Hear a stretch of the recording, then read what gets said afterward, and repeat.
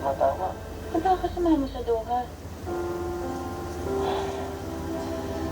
Importante yung patawag sa ulit. Alam niyo guys, Wala, natulog na tayo. Nasa na siya?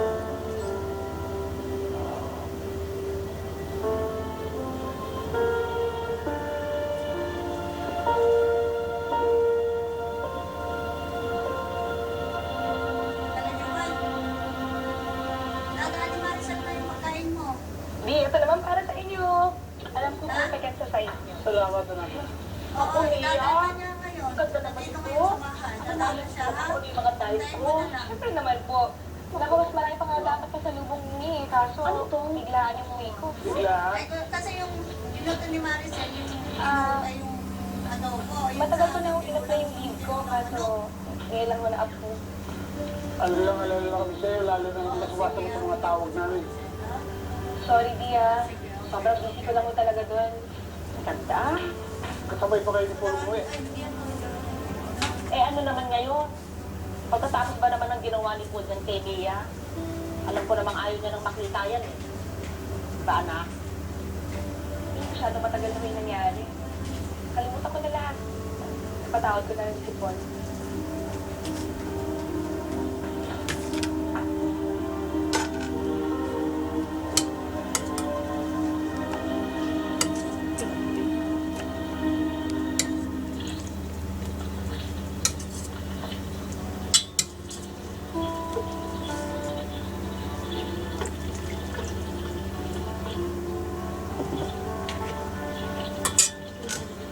Kaya, daan mo.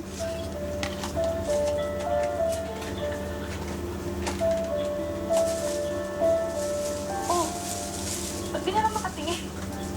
Para ka naman nakakita ng mundo. Hindi nagulat lang ako. Nakauwi ka na pala. Oo. Kahapon lang. Nakauwi na rin pala si Paul? Oo. Halos magkatabi nga lang kayo eh. Kamusta na kayo? Balita sa akin ni Mami, may anak na raw kayo eh. Nakita mo naman siya sa akin. Pwede niyong gawin na.